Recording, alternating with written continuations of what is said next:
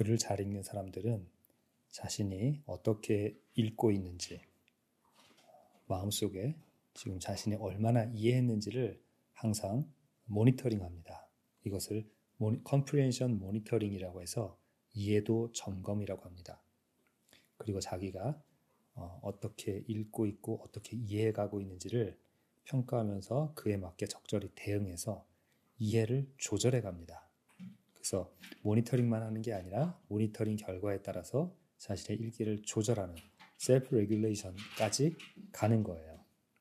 자, 그렇게 하는 거를 하기 위해서는 우리가 자기 마음속에 어떤 것이 들어와 있고 내가 그것에 대해서 아는 것이 무엇이고 이것들이 만나서 지금 어떤 생각이 만들어져 있는지를 항상 들여다볼 수가 있어야 합니다. 쉬운 글을 읽을 때는 즉각적으로 뭔가 떠올라서 이해가 된 것처럼 느끼지만 조금 까다롭거나 생각을 좀 해야 이해되는 거. 읽자마자 이해가 되는 게 아니라 조금 시간이 지나서 이해가 된 것들은 항상 마음속에서 이러한 과정을 거친 거예요. 하지만 시간이 조금 흘렀다고 해서 내가 뭔가를 특별히 하지 않았는데도 일단 시간이 좀 흐르면 이해가 되는 경우들도 있어요. 그러면 내가 뭘 한 거지? 내가 뭘 일부러 한 건 없는 것 같은데 이렇게 생각을 합니다. 그것도 그 사람이 즉각적으로 이해하지는 않지만 살짝 뭔가를 거쳐서 이해할 수 있었던 거죠. 여기서 조금 더 난이도가 올라간다면 이거 어떻게 해야 되지? 이거 뭐지? 하고 골똘히 생각해서 이해에 도달하거나 또는 이해에 도달하지 못하거나 그런 거예요. 그래서 내가 정말 잘 이해하고 있나?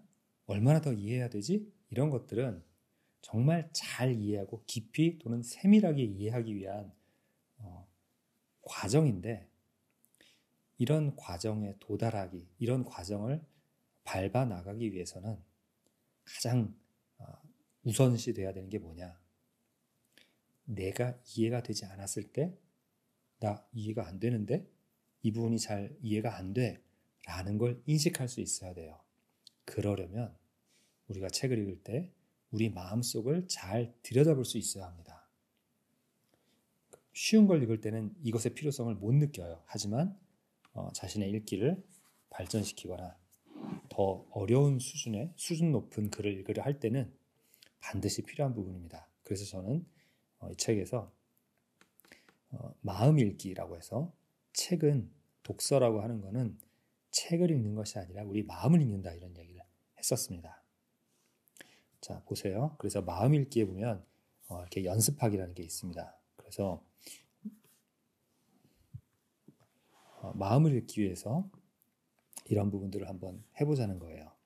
한번 같이 해볼까요? 제가 여러 번 책을 읽고 이해하는 영상을 올렸던 것처럼 같이 한번 봐주면 좋겠습니다.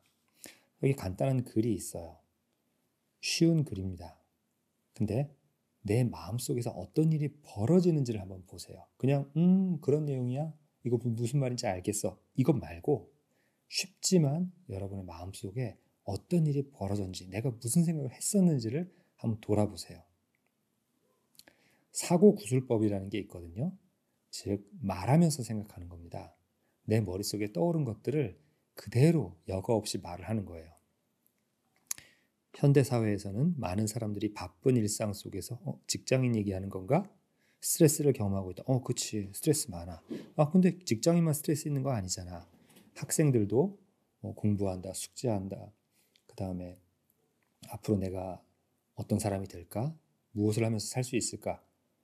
등등 여러 가지 스트레스가 있잖아. 스트레스는 건강에 해로울 수 있으며 그러니까 스트레스에 대한 여러 가지가 있는데 건강 쪽을 얘기하고 있네. 스트레스 때문에 건강에 해롭다라는 건 일단 정신건강이겠지. 근데 생각해보니까 스트레스가 많으면 우리가 왜 암 걸린다 이렇게 얘기하는 게 의학적 근거가 있는지 모르겠지만 정말 스트레스가 많으면 몸이 아파. 일단 위염 같은 게 걸릴 수도 있고 또 굉장히 오랫동안 지속적인 스트레스가 있을 때 마치 병이 걸리거나 어디서 부딪힌 것 같은 그런 신체적인 어려움이 있기도 해. 그런 생각을 했습니다. 자, 그러더니 지속적인 스트레스 얘기 나오네요. 우울증이나 불면증과 같은 문제를 초래할 수 있다. 우울하거나 불면증. 그렇지.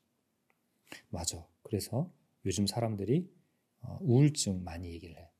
근데 불면증이 우울증만큼 많이 얘기되지는 않지만 잠이 안 와서 힘든 사람도 있나? 이런 생각했었는데 어쩌다가 한번 보니까 정말 괴로워하는 수준까지 이 불면증으로 고생하는 사람들이 있긴 하더라.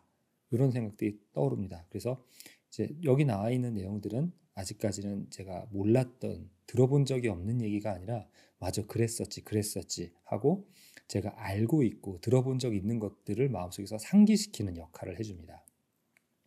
이에 따라 명상이나 운동과 같은 스트레스 관리 방법이 많은 주목을 받고 있다. 그렇죠. 그러니까 저는 여기 있는 하나씩 각가지 얘기들을 다 들어본 적이 있어요. 그리고 명상을 하는 이유가 그냥 마음의 평정심을 잡는 것. 그러니까 이때는 그것도 일종의 스트레스겠죠. 감정적으로 힘든 부분들을 다스리기 위해서 또는 운동선수도 집중하기 위해서 명상을 하는 경우도 있죠. 그럼 여기의 내용하고는 조금 다른 건데 그런 것들도 떠오를 수 있습니다. 어때요? 내 마음속에 이런 게 떠올랐구나 라는 거를 제가 인식했죠. 이런 거예요. 그거 안 해도 이해가 되는데 너무 어려운 글을 하게 되면 내가 그 글을 읽으면서 생각나는 게 없어서 무슨 생각을 해야 되는 거지? 마음을 읽는다는 게 뭐지? 이런 생각을 할 수 있기 때문에 많은 사람들이 좀 생각할 거리가 있을 만한, 그러니까 능히 생각할 수 있을 그런 글을 내놓았습니다.